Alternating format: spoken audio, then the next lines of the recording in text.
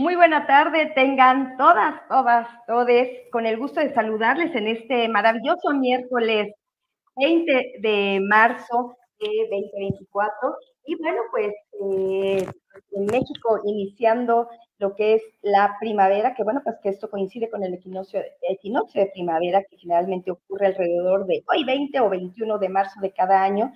Y bueno, pues durante este tiempo, el día y la noche tienen aproximadamente la misma duración en todas partes del mundo. Y bueno, pues también la charla de hoy, que es en conmemoración del Día Mundial del Agua, que se celebra el próximo 22 de marzo de cada año. Y bueno, pues este día fue designado por las Naciones Unidas en 1993 para destacar la importancia del agua dulce y abogar por la gestión sostenible de los recursos hídricos. Así que bienvenidas, bienvenidos, bienvenidas a Charlas de Café TCDMX. Esto en el marco del programa institucional TCDMX, a nombre del Pleno del Tribunal Electoral de la Ciudad.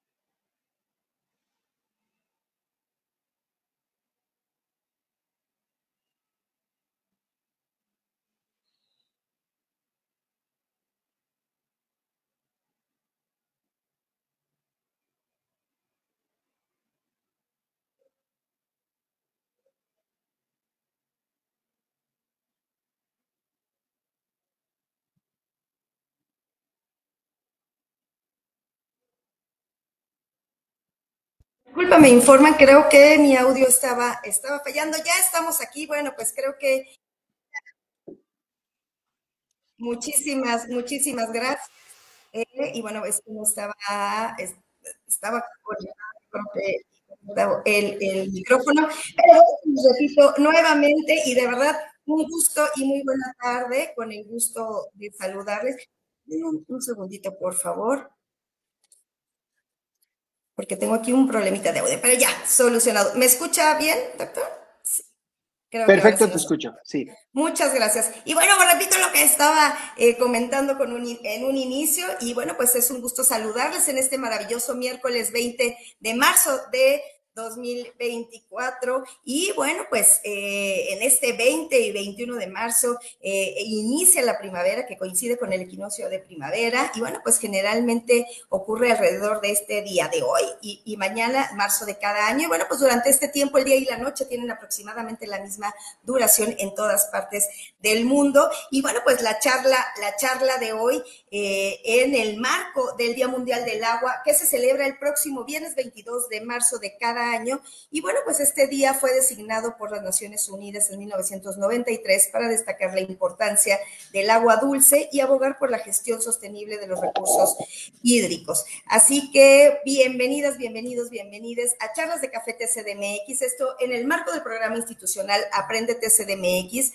a nombre del Pleno del Tribunal Electoral de la Ciudad de México, a nombre de los magistrados, de la magistrada Marta Leticia Mercado Ramírez. Gracias, gracias, y es un gusto de verdad que se conecten el día de hoy. Asimismo, saludo con muchísimo gusto a las personas intérprete de lengua de señas mexicana de la Academia de Lengua Mexicana del DIF Ciudad de México, por lo cual, gracias, licenciada Rebeca Olivia Sánchez Sandín, directora general, gracias por este convenio de colaboración para que, bueno, pues las personas de la academia estén interpretando y lograr hacer incluyente la charla de hoy. Así que bienvenida Leslie y Noemí. Noemí nos está acompañando en esta primera parte y después alternará con Leslie en la segunda parte.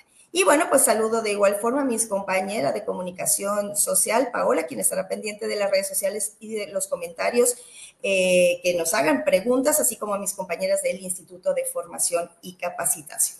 El tema de hoy, eso no sé si ya lo alcanzábamos a escuchar, agua. Para cuidarla hay que medirla. Y de verdad es un honor y un gusto que me acompañe en esta tarde de charlas de café TCMX el doctor Juan Manuel Núñez Hernández, coordinador de la licenciatura en sustentabilidad ambiental en la Universidad Iberoamericana. Y doctor, antes de ceder el uso de la voz, me voy a permitir leer una semblanza de su trayectoria, porque de verdad es impresionante, bueno, pues los estudios y en lo que ha trabajado e investigado. Así que, bueno, leo una pequeña semblanza. Y el doctor es ingeniero por la Facultad de Ingeniería de la UNAM en 2004, maestro en 2006 y doctor en 2017 en geomática por el Centro de Investigación en Ciencias de Información Geoespacial en Centro Geo. Su experiencia profesional está relacionada con la investigación, la docencia y la vinculación en temas de geomática aplicada a una amplia gama de problemas relacionados con la gestión ambiental. Ha sido investigador asociado del Centro Geo de 2006 a 2018 y profesor de asignatura de la Facultad de Ingeniería de la UNAM desde 2006 y el Instituto Rosario Castellanos de la Ciudad de México desde 2021. A partir de 2019 es académico de tiempo completo de la Universidad Iberoamericana de la Ciudad de México, desde donde ha coordinado diversos proyectos de investigación sobre tecnología de drones y sustentabilidad, así como de análisis espacial de COVID-19, entornos alimentarios e isla de calor urbana. Actualmente es el coordinador de la licenciatura en sustentabilidad ambiental, ganador del reconocimiento Fixa Ibero a la investigación con sello Ibero 2022, en la categoría Trayectoria Emergente. Es autor y coautor de múltiples obras en diversos campos de aplicación de la ciencia de la información geográfica, miembro del Comité Técnico Asesor de la Procuraduría Ambiental y de Ordenamiento Territorial de la Ciudad de México y del Sistema Nacional de Investigadores e Investigadoras Nivel 1. De verdad, bienvenido y muchas gracias, doctor, por estar aquí para contarnos y, bueno, pues para comentarnos e informarnos sobre la importancia de la medición del agua, ya que, bueno, pues es esencial para comprender su disponibilidad, calidad y, bueno, pues tener un uso eficiente de este recurso. Así que, de verdad, un gusto y cedo el uso de la voz. Muchísimas gracias, Anabel, por esta presentación y muchas gracias al tribunal, a los magistrados, a la magistrada, por esta oportunidad de hablar un tema creo que importantísimo para todos los habitantes del país, en particular para los habitantes de esta ciudad, y que como bien tú decías, en el marco de esta próxima celebración del Día Mundial del Agua este viernes, creo que siempre es oportuno hablar sobre la importancia del tema y una particularidad que a mí me interesa mucho, digamos, como que quede muy claro, que tiene que ver con que pocos temas como el agua tocan tantas aristas de nuestra vida cotidiana, ¿no? Es decir, esencialmente el agua de repente se siente como pues, un recurso lejano que no necesariamente está cercano a nuestra cotidianidad, pero nada más falso que eso, es decir, el agua está relacionada con todas nuestras actividades económicas, con nuestra vida diaria en términos de salud, de alimentación, de recreación, ¿no? Es decir, no hay el agua no se asocia de manera directa con nosotros. Y una característica importante de este recurso, como cualquier otro, es la posibilidad de generar conciencia sobre su uso sobre la base de una medición adecuada de el mismo. Es decir, es importante tener muy claro cuánta agua tenemos a nuestra disposición, en qué cantidad, ¿no? Con qué calidad, ¿no? Y cuál es el uso que le estamos dando a ese recurso y de qué manera nuestras acciones, nuestra conciencia, en un nivel más grande comunitario, la forma en la que estamos organizados, los gobiernos, digamos, que de alguna manera nos representan, ¿no? Pues gestionan el uso o los diferentes usos que tiene este recurso. Entonces, medir, digamos, el agua tiene que ver con dos elementos importantes. Por un lado, esto que leías un poco en mi reseña de la geomática a grandes rasgos tiene que ver con el uso de todas estas tecnologías de información, ¿no? Información espacial, datos que tienen una representación geográfica que nos permiten tomar decisiones para solucionar problemas de la sociedad, ¿no? Es decir, es todo un herramental de metodologías, aproximaciones que permiten medir cosas. Y en este caso muy particular el agua, y que tiene que ver con su uso de manera sustentable, ¿no? Que es, digamos, el otro campo donde yo me he especializado, ¿no? Es decir, buena parte de toda esta arsenal de herramientas de poder medir, poder ayudar a la toma de decisiones, tiene que ver con ayudar a la gestión sustentable de nuestros recursos, en este caso muy particular del agua. ¿Y por qué, digamos, se vuelve tan trascendental el tema del agua muy recientemente para nosotros? Creo que hay dos elementos que se han venido cada vez acercando de manera mucho más drástica, que nos tienen en esta situación de emergencia. Y voy a decir un poco cuál es el sentido, digamos, de la emergencia y de aprovechar este día, por ejemplo, este próximo 22 de marzo, ¿no? Como para hacer un llamado de atención o utilizar conceptos como el día cero del agua, ¿no? Es decir, son aproximaciones que han surgido en muchas de ellas como iniciativa, en este caso de Naciones Unidas, o desde el campo de la investigación, ¿no? Para justo hacer un llamado y una alerta a que en temas muy particulares ha llegado el momento de empezar a tomar decisiones acerca de la manera en la que estamos utilizando recursos, porque las consecuencias empiezan a ser mucho más ingobernables de lo que originalmente habíamos pensado. Y en el tema del agua, creo yo que tiene que ver con dos esferas, digamos, que decía hace rato, se empiezan a trastocar de manera cada vez más peligrosa. Por un lado, digamos, el rezago de muchos años de una mala gestión y administración del recurso agua, que en el caso, por ejemplo, de la Ciudad de México, bueno, pues se puede uno echar tan atrás como la fundación de México Tenochtitlan, ¿no? Pero que sobre todo en los últimos 40 años tiene que ver con el andamiaje institucional y operativo que nos hemos dado para la gestión del agua, ¿no? Es decir, esta, no quisiera decir mala administración, pero sí, digamos, una desasiada o descuidada gestión del recurso, tiene que ver muy primeramente con cuál es el marco jurídico sobre el cual estamos haciendo la disposición, la gestión, la recuperación, el saneo del agua. Es decir, tenemos una ley nacional de aguas que viene más o menos de los 90s, que en su momento fue una, digamos, ley muy progresista, ¿no? En términos del momento en el que estaba planteando. De hecho, es anterior justo a que Naciones Unidas decretara, digamos, siquiera un Día Internacional para el Agua, ¿no? Pero que atendía una lógica muy específica en ese momento del país de un impulso económico a las actividades productivas lejanas, digamos, a la gestión del Estado, ¿no? Y puestas más en mano de los particulares. Y que desde ese momento hasta ahora ha sufrido muy pocos cambios que no reflejan la crisis actual que tenemos en términos de su gestión y que por el contrario limitan mucho la manera en cómo podemos operar el recurso y cómo lo podemos gestionar. Un par de ejemplos para quienes nos escuchan. En la ley del 92 no hay un solo párrafo que hable de dos temas importantes. Uno, el derecho pleno al agua, es decir, tener derecho en cantidad, en calidad suficiente para las personas y las actividades.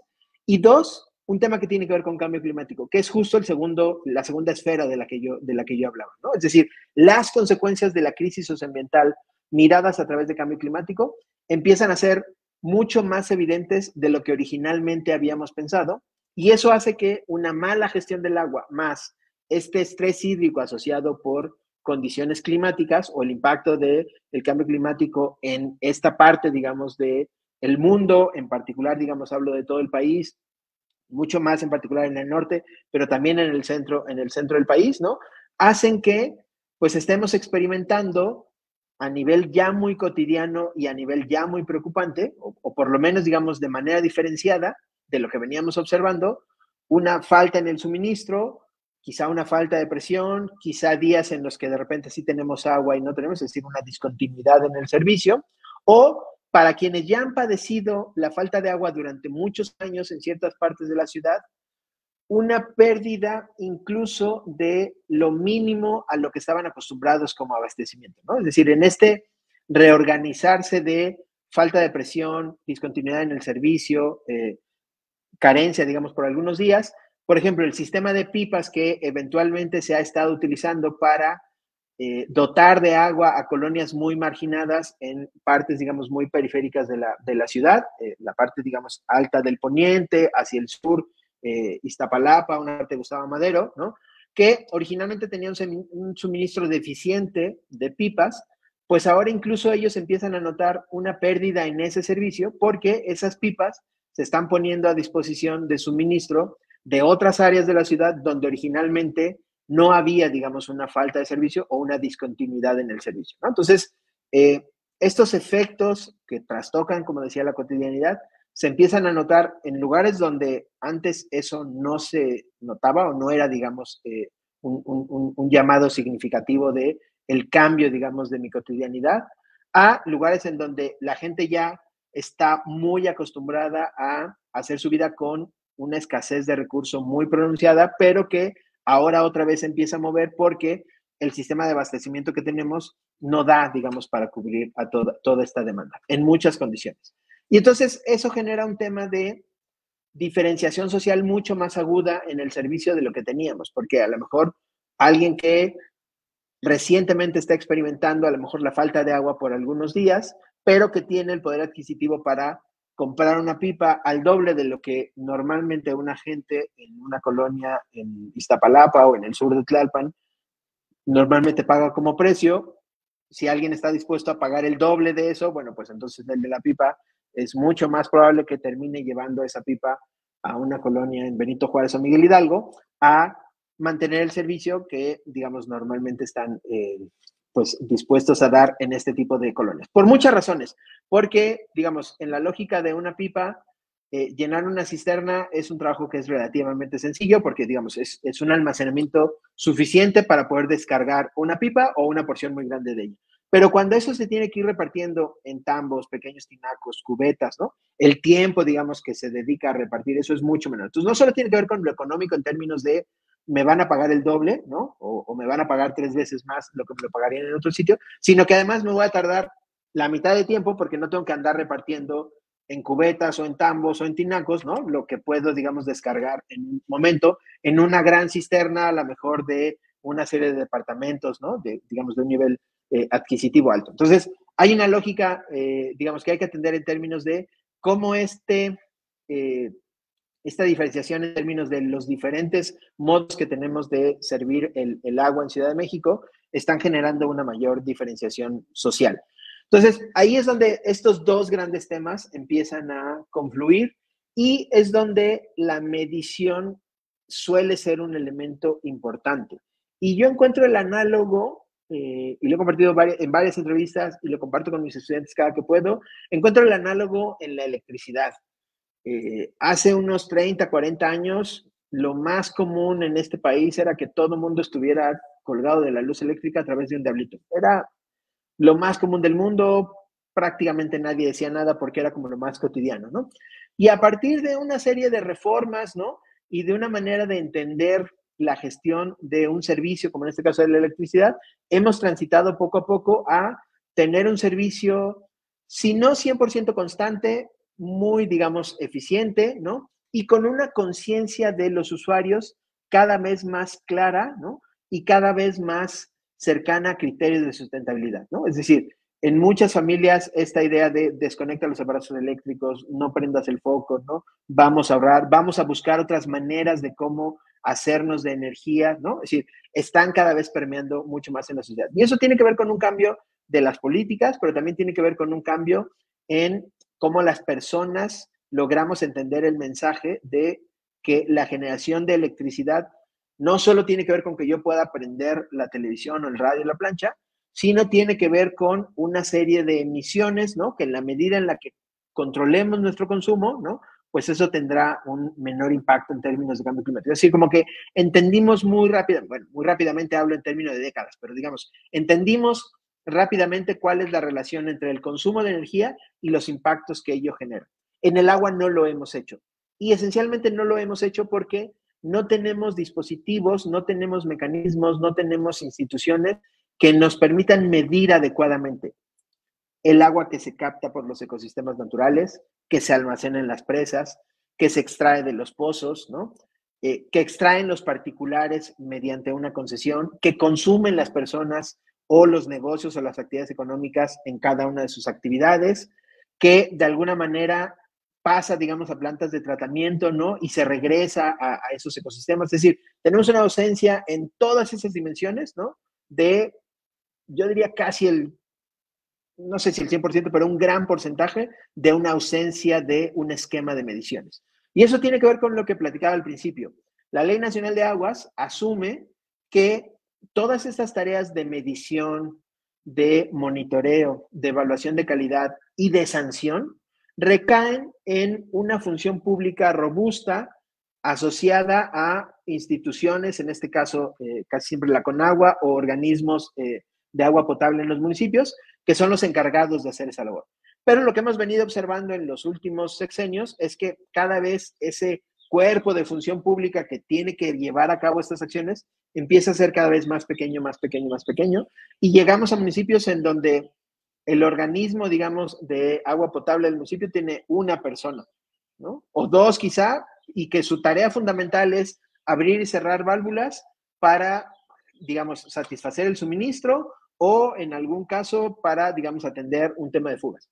No están para medir, no están para sancionar porque los rebasa, digamos, su actividad. Y eso mismo sucede en el ámbito federal. Entonces, la ley lo expresa muy claramente. Esas funciones recaen en la administración pública, pero si la administración pública está muy disminuida, pues no hay manera de que se pueda hacer.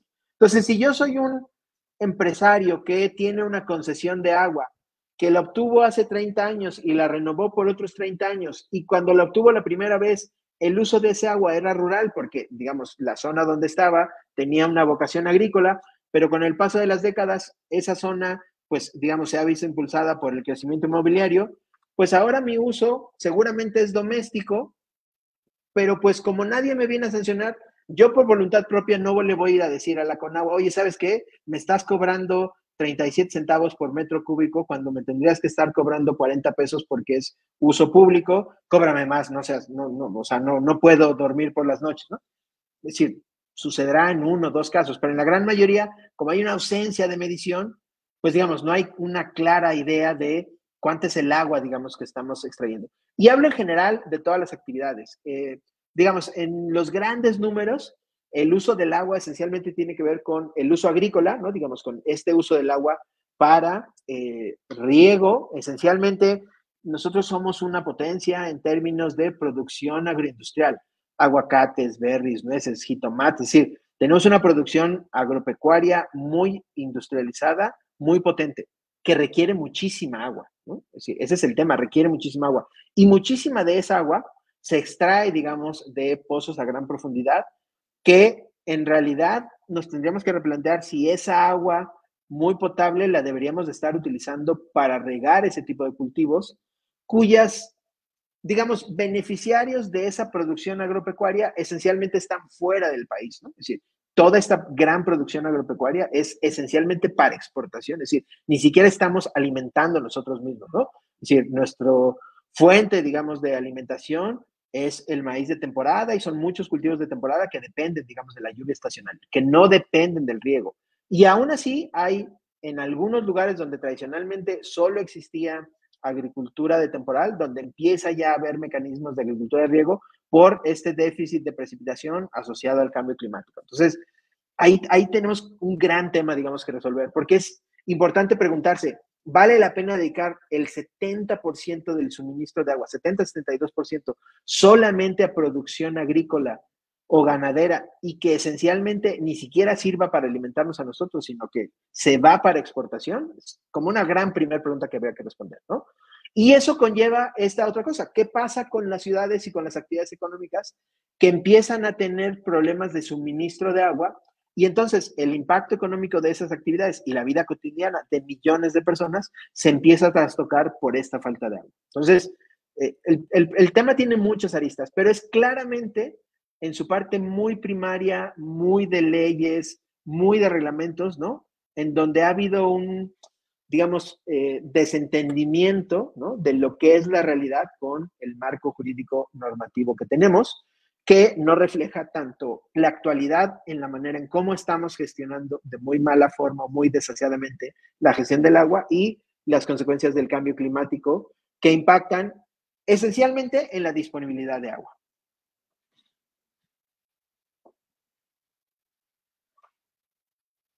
Creo que como introducción me quedó muy larga, pero bueno, yo pondría esos como los dos grandes términos en términos de por qué es importante medir. Es que si no lo medimos, no hay manera de que podamos tomar decisiones.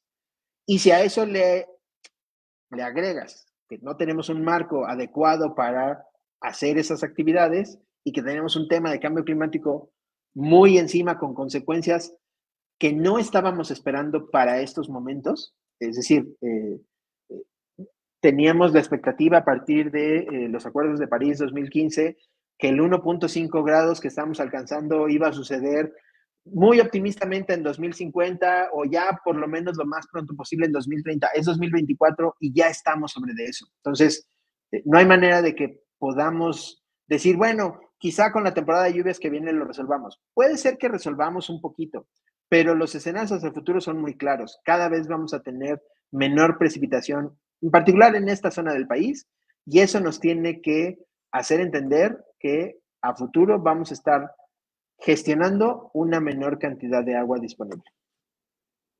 Gracias, doctor. Me quedo muchas ideas, de verdad que importante todas estas reflexiones, porque bueno, pues más que ideas, bueno, pues nos comentaba, ¿no?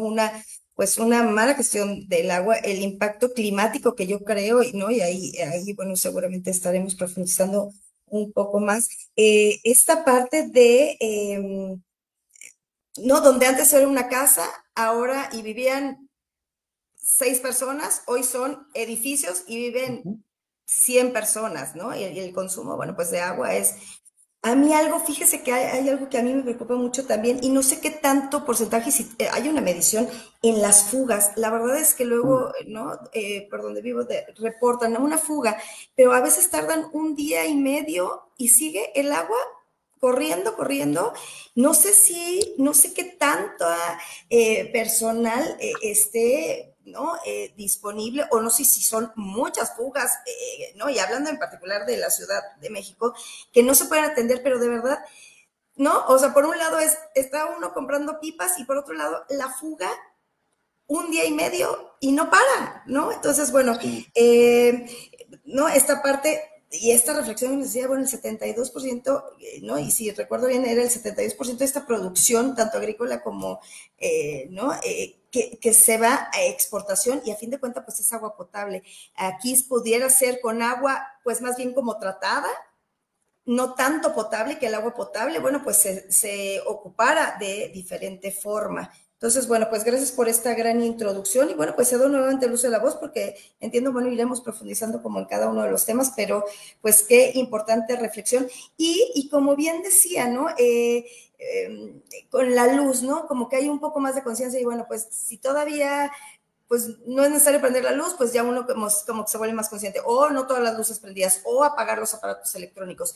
En el agua, yo no sé, y no sé si también lo percibo así, si estas pues nuevas generaciones también están como pues muy cuidados porque están viendo, sí les está tocando una realidad, ¿no?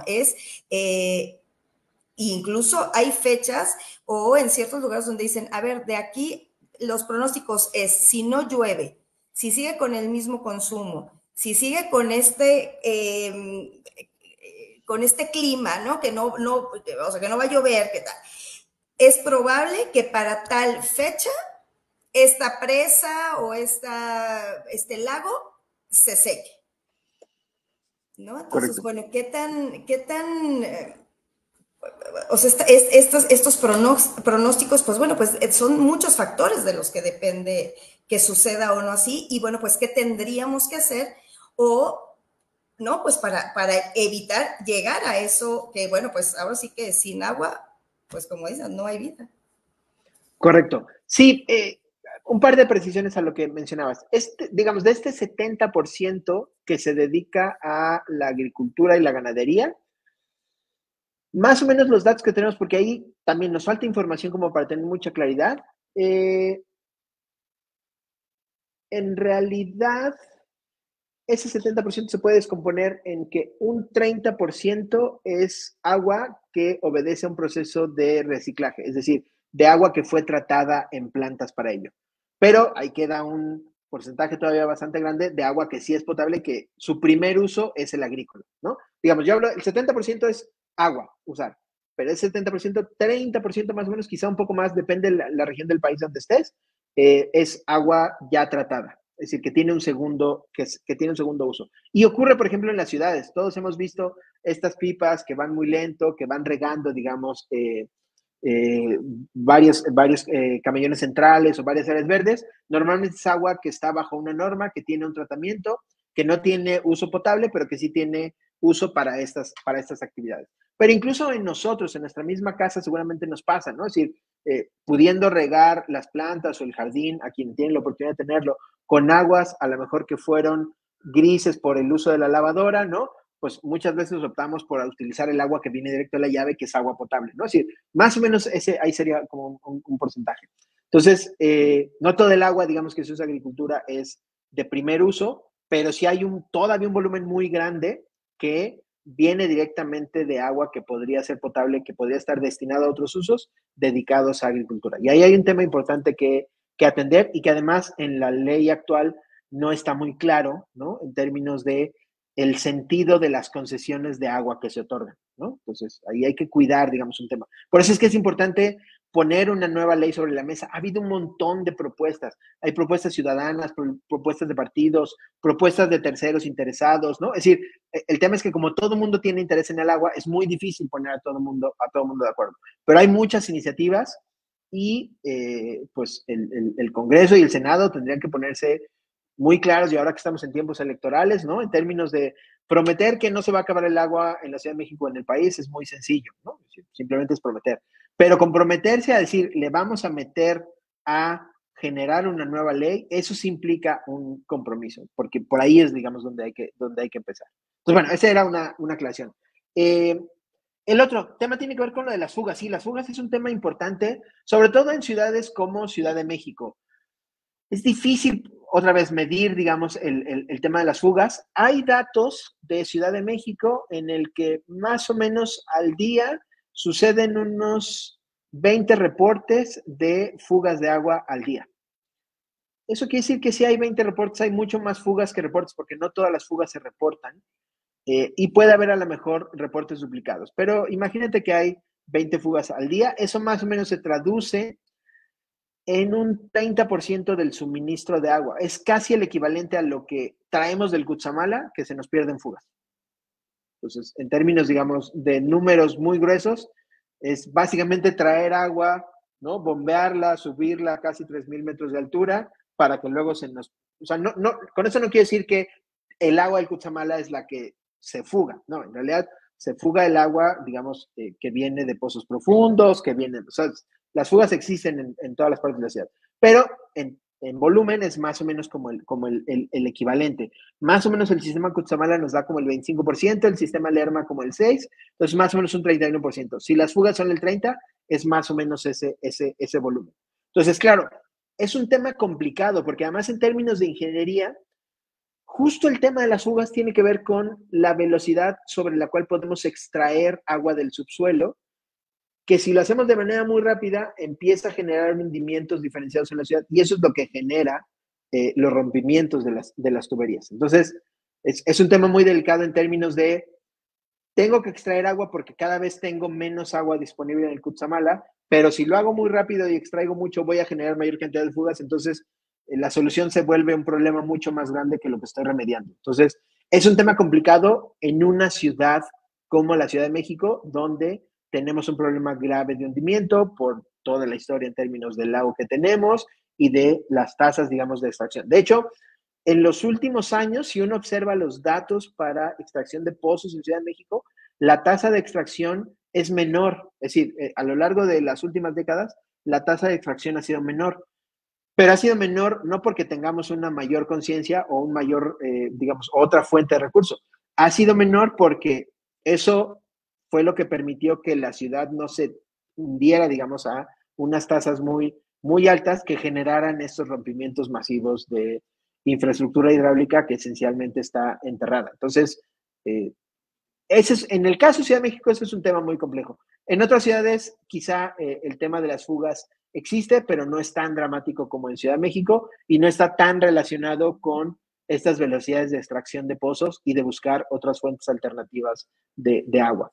Pero en efecto, más o menos en general, el volumen de agua que traemos del Cutzamala lo terminamos perdiendo en fugas en Ciudad de México. Y vuelvo a lo mismo que decía hace rato. No hay el personal suficiente porque pues la propia administración pública, ¿no? La lógica ha sido cada vez hagámoslos más pequeños, más pequeños, más pequeños, tengamos menos gente, cuando en realidad esa gente es la que necesitamos para obtener esos servicios. Ha sucedido en otras administraciones, ocurre en otros municipios, que esos servicios que deberían de ser fundamentales para la gestión de la ciudad empiecen a pasar a manos de privados. Es decir, que el Estado, ¿no? De alguna manera pues otorgue ciertas concesiones para que ocurrió, por ejemplo, en Ciudad de México, seguramente recordarán a su público, la administración anterior, justo había empresas que se dedicaban a bachar, ¿no? A cubrir los baches de la ciudad, ¿no? Es decir, esta lógica de otorgo, digamos, a un particular, ¿no? La facultad de resolver, digamos, problemas de la ciudad, existe como una posibilidad, digamos, eso puede más o menos solucionar por un rato el problema, pero claro, no es lo mismo, ¿no? Digamos que el Estado que se encarga de la gestión del agua también tenga a su cargo la gestión de la solución, porque entonces pueden, digamos, compartir objetivos, a que se lo concesiones a un particular que tiene otra lógica de intereses, ¿no? En la que a lo mejor la resolución, digamos, a lo que le interesa es atender una problemática, pero si luego esa fuga vuelve a ocurrir, pues entonces para él es un doble recurso porque lo arregla 2 o 3 o 4 o 5 veces, ¿no? Cuando se podría arreglar una sola vez bien, ¿no? Entonces las lógicas son muy distintas en términos de cómo se tratan de solucionar los problemas, ¿no? Pero te digo, eso está muy amarrado a este marco normativo y reglamentario que tenemos de quiénes son las instituciones responsables de medir, de evaluar, de sanear, ¿no? De llevar, de sancionar todas estas actividades asociadas al agua. Y es importante hacerlo. Sí, pues Otra muchas gracias, precisión. porque de Ah, verdad, sí. y perdón, lo voy a interrumpir tantito, No, vamos dale, a, dale, dale. y gracias de verdad, porque el tema de las fugas para mí, o sea, de verdad es angustiante, ¿no? Como le digo, el reporte, y yo veo que dura el día completo el agua, pero bueno, pues de verdad pues todavía me sorprende más los datos que nos da, porque, ¿no? Como dice, si es el 30% y del Cutzamala son el 25%, entendí del Lerma el 6%, pues es un problema Mucho. serio, pero está visible y como bien dice, pues se debería pues como atender esta parte, como bien dice, con leyes, ¿no? Más allá de prometer, de verdad comprometer en un tema que para mí es importantísimo el tema del agua y bueno, pues con estas leyes justo ¿no? Que atienda bien a, identificar quiénes son las instituciones responsables, qué deben hacer y como, ¿no? Como dice, a ver, cada vez son instituciones que tienen menos personal y si llegan aquí en la Ciudad de México 20 reportes y hay una cuadrilla de 5 personas para atender, pues no, o sea, No hay estamos, manera. Sí. no hay manera y se está tirando el agua. Pero bueno, este paréntesis, y perdón porque bueno, pues lo No, no, importante no. también No, dar, no. le mando un mensaje a la magistrada Marta Leticia Mercado, le comentaba desde un principio, bueno, pues ella es ahora sí que promotora de estos espacios como las charlas de café, y bueno, pues les saluda, hola, muy buena tarde, muy bienvenido y gracias por sumarse, sin duda un tema de relevancia, recibo un gran abrazo, por favor, bueno, pues el saludo de la magistrada Marta Leticia Mercado Ramírez y de verdad gracias, gracias doctor. Y bueno, pues sigamos con un tema que creo que Muchísimas gracias. no requeriría una hora, 2 horas, la verdad es un tema importantísimo, pero bueno, pues agradezco que esté aquí para darnos pues esta información general, porque también vuelvo a lo mismo, creo que también es un compromiso de la ciudadanía, más allá de cuidarla, de muchos tenemos esta cultura de pues de reciclar, ¿no? Yo, por ejemplo, en la regadera pones una cubeta y con esa, pero creo que en otros países incluso el mismo lavabo conecta al excusado y entonces, bueno, ya hay una utilización por lo menos 2 veces del agua, ¿no? Y todavía esa se trata y vuelve a subir para regar, ¿no? Entonces, bueno, Correcto. no sé qué tanta infraestructura tenemos, ¿no? Como en México todavía, pues para... o qué sistemas se requieren o no o si se requiere algo especial como para hacer justo estos sistemas de reciclaje. Sí, creo que hay dos temas importantes en lo que tocas. Uno tiene que ver con, por ejemplo, el tema de las fugas y lo dramático que resulta, digamos, mirar que el agua corra, ¿no? Y uno tenga la impotencia de no poder hacer nada. Tiene que ver con esto que decíamos de medir, ¿no? Y hace rato platicábamos de lo de la luz.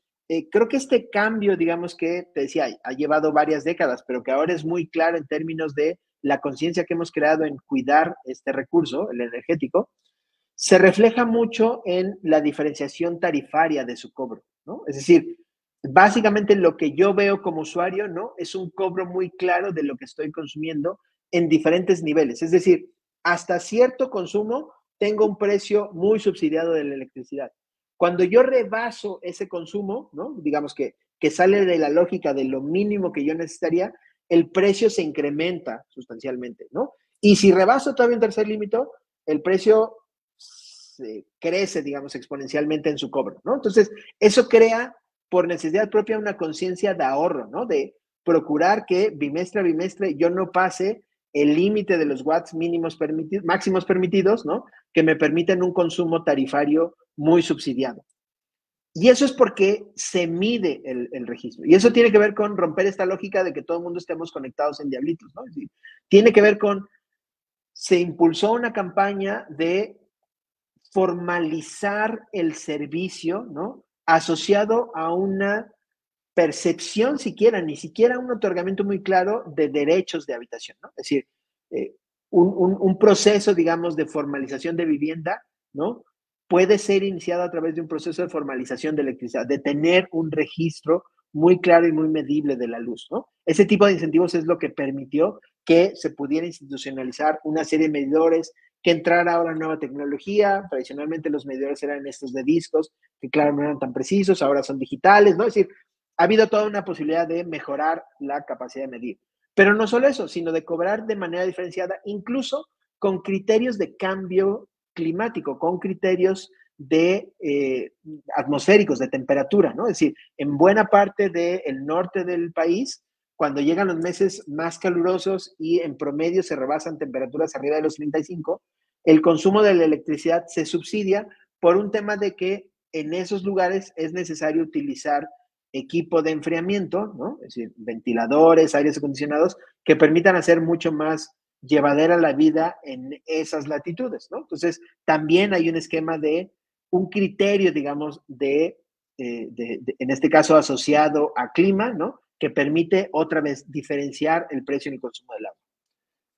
Perdón, el precio de la electricidad. En el tema del agua, nada de eso existe, ¿no? Es decir, en Ciudad de México, más o menos los datos que tenemos, no los más recientes, pero es que casi el 70% de las viviendas en la ciudad no tienen un registro adecuado de agua, ¿no?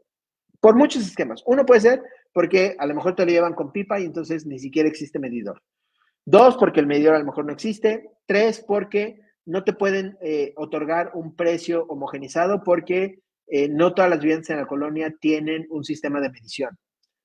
Cuatro, porque a lo mejor tienes un sistema de medición, pero lo tienes como una toma única, cuando en realidad ya tienes una torre de departamentos con un consumo diferenciado, pero que el recibo del agua a todos les llega con la misma dirección y el mismo nombre, como si fuera una sola toma única, simplemente dividida en el número de departamentos o de viviendas que tengas en ese lugar. Es decir, hay un montón de particularidades que sumadas hacen que solo el 30 y tantos % de las viviendas en Ciudad de México tengan un sistema de medición adecuado del agua. Es decir, que te midan litro a litro lo que consumes. Y claro, entonces es muy difícil poder tener una estimación de cuánta agua estoy consumiendo o cuánta agua estoy viendo que se desperdicia en esas fugas, porque yo no tengo la manera de poder cubicar, ¿no? Y decir, son tantos litros, tantos metros cúbicos de agua que yo estoy usando o que se está perdiendo en una fuga.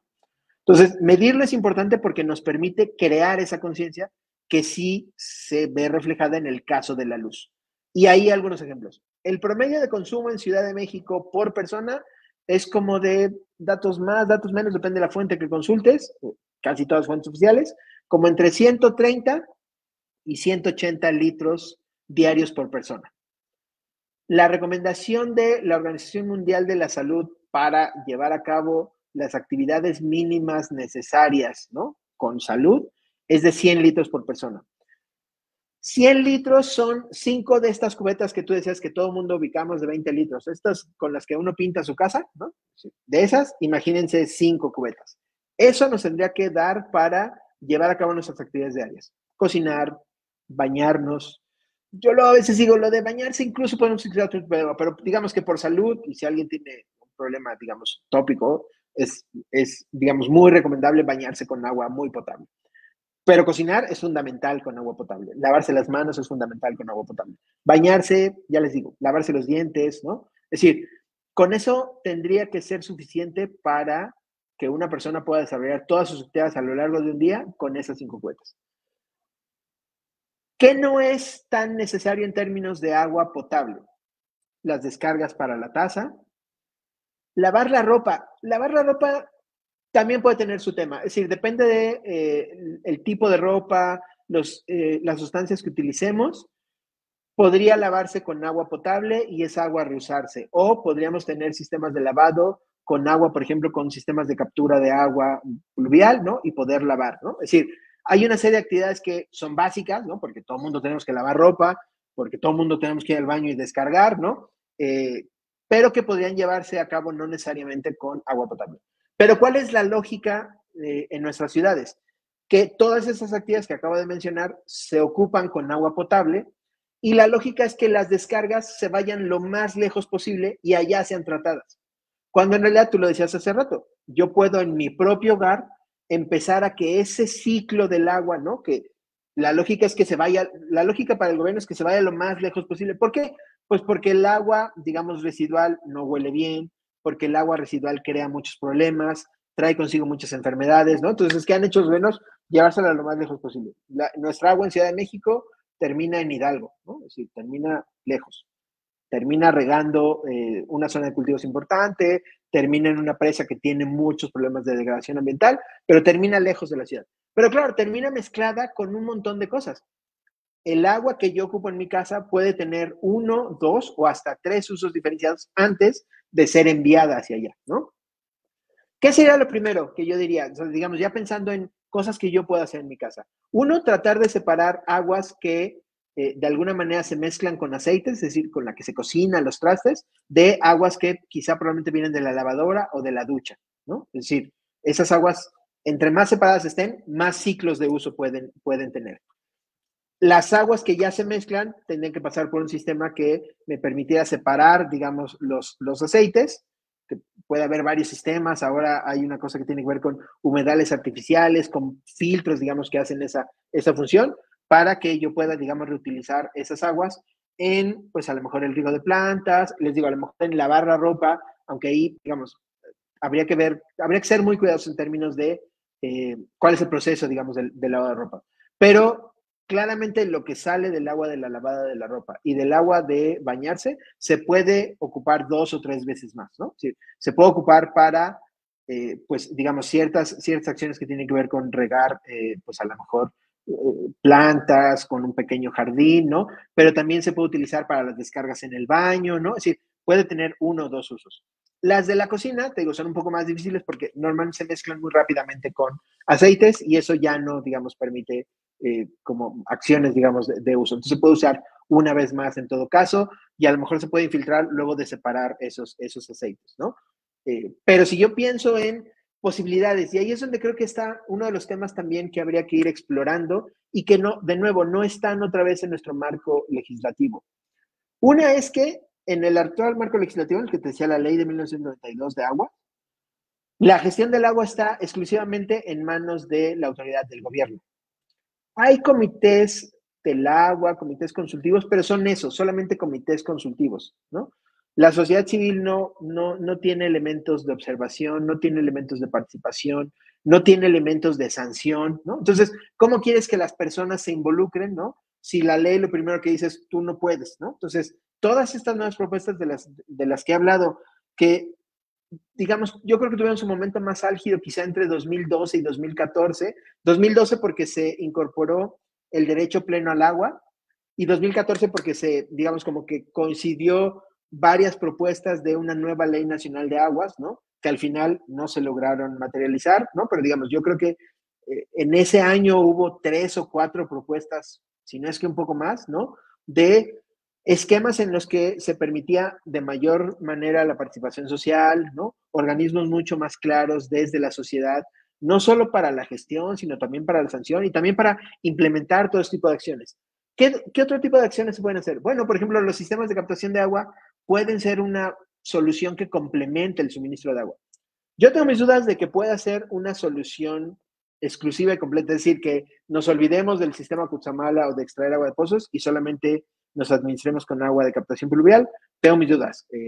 Por ahí debes de tener de público a algunos estudiantes de la UNAM con los que estoy trabajando justo ese tema. Es decir, vamos a evaluar si verdaderamente el potencial de precipitación para la ciudad y el tamaño de los techos donde podemos almacenar y los espacios libres en esas casas nos permiten pues disminuir un poco el déficit en el suministro del agua. Vamos a ver un poco qué sale. Pero yo tengo mis dudas de que podamos, digamos, olvidarnos de todo lo demás y solo depender de agua pluvial. No, es un complemento. Y es un complemento con esta lógica que decía de darle diferentes usos al agua, ¿no? Lo más cercano posible a mis actividades y retardar lo más que pueda, ¿no? La descarga de agua que termina un par de estados más hacia el norte de esta Ciudad de México. Entonces, hay muchas acciones que se pueden hacer que implementarían la conciencia de las personas, pero que parten de esta idea de si yo no lo mido, no tengo la manera de poder comparar mi consumo y de poder empezar a tomar conciencia qué significa un baño de 5 minutos o de la canción que más me guste tarareada, ¿no? Es decir, eso cómo se traduce en litros, pero ya medidos, ¿no? Es decir, no en el estimado de una ducha de 5 minutos es el equivalente a esto, porque cada uno de nosotros tiene regaderas con diferentes presiones, ¿no? Y hay muchos atenuantes que hacen que los 5 minutos sean muchos litros o hacen que los 5 minutos sean pocos litros. Pero si yo lo mido en mi registro, si en mi registro dice, usted, Juan Manuel Núñez, y las personas que viven en su casa, gastaron en este bimestre en promedio 120 litros, bueno, yo diría, ok, estoy mucho más cercano de los 100 que recomienda la Organización Mundial de la Salud, pero todavía estoy por encima de eso, ¿no?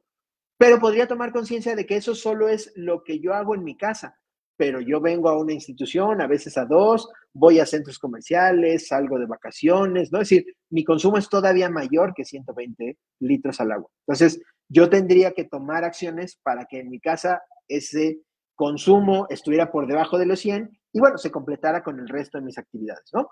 O igual, cuando voy a un hotel a tomar vacaciones, ¿no?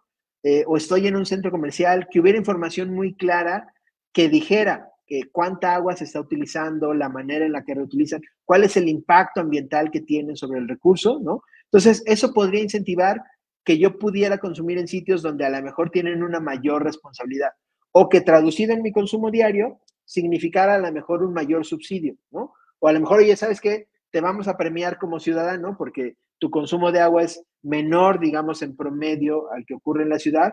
Y entonces, bueno, a lo mejor este año no pagas predial o pagas un cierto porcentaje. ¿No? Es decir, no puedo empezar a pensar en mecanismos que de alguna manera vayan a implementar si antes no tengo un claro proceso de cómo estoy midiendo la cantidad de agua que lo hago, ¿no?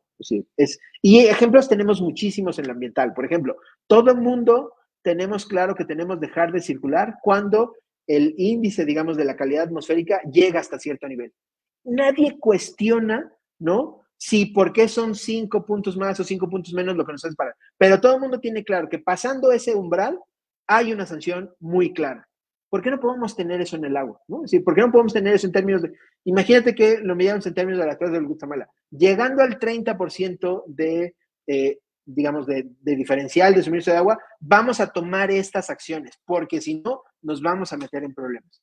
Es muy claro, pero no lo puedes hacer si la sociedad no confía en que tienes un buen andamiaje institucional y operativo que te permita medir el consumo del agua, ¿no? Y que tenga muy claras las reglas de quién está consumiendo qué cosas. Y eso yo creo que es el tema más importante en el agua. Hay muchísimos intereses en el agua.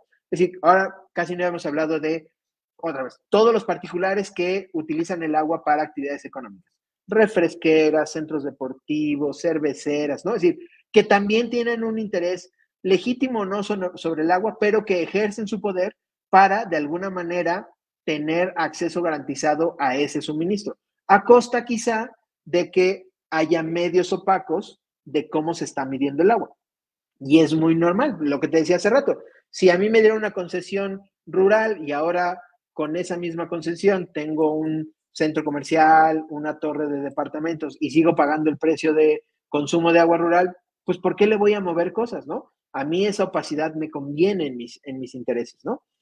Pero habría que empezar a pensar en pues, los derechos de toda la sociedad y eso se tendría, esos derechos de la sociedad al agua se tendrían que ver reflejados en una ley nacional de aguas que fuera muy clara en eso. Y eso es lo que no tenemos, ¿vale? Tenemos en la Constitución, muy claramente en el, ahorita no me acuerdo, es párrafo sexto, artículo 4, si no me equivoco, de derecho pleno al agua, ¿no? Pero está ahí nada más consagrado, no está instrumentado, no está, digamos, en un marco jurídico y reglamentario que permita llevar a cabo acciones que materialicen ese derecho.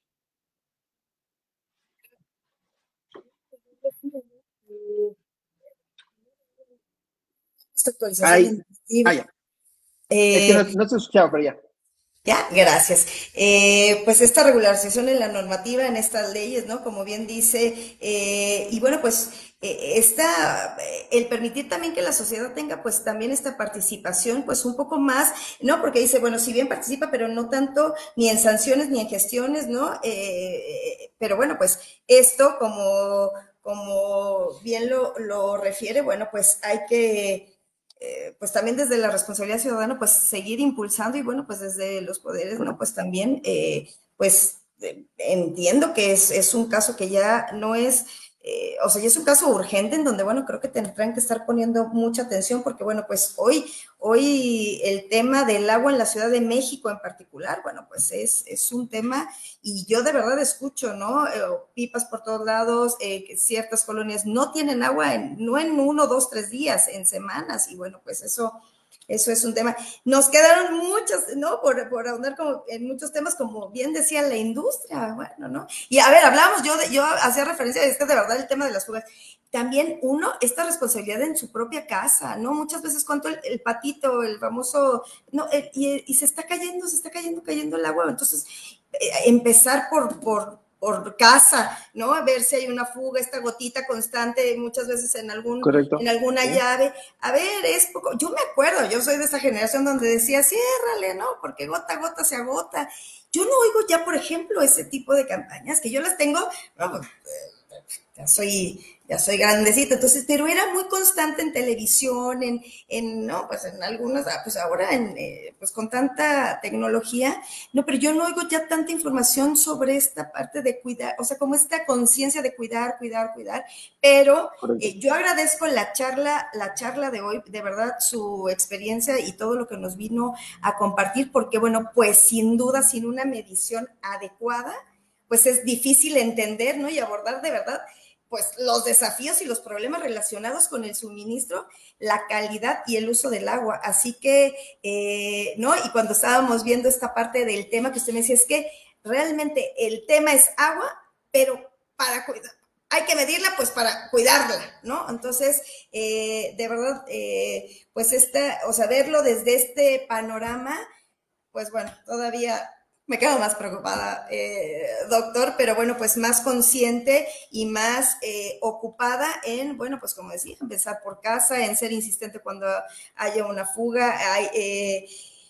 Y pues bueno, a veces uno quisiera hacer más, pero creo que si uno empieza de verdad, ¿no? En lo personal, en el consumo que uno hace, en estos hábitos en la casa de, como bien decía, utilizar el agua, ¿no? A veces 2, 3 veces antes de que salga, pues bueno, yo creo que eso ya es una responsabilidad también de todas, todos y todes. Así que una reflexión final, más de todas las que nos de verdad nos deja, y bueno, pues aquí en el correo, aquí en el chat, bueno, pues le agradecen, es un tema, y bueno, pues ahora sí que la importancia de la tecnología es que esta información pues queda aquí guardada en las redes sociales del tribunal, y bueno, pues para estar consultando la información de verdad tan valiosa que nos vino a compartir el día de hoy. Así que bueno, pues para cerrar esta de verdad extraordinaria charla, pues una reflexión final, doctor, que nos quisiera compartir.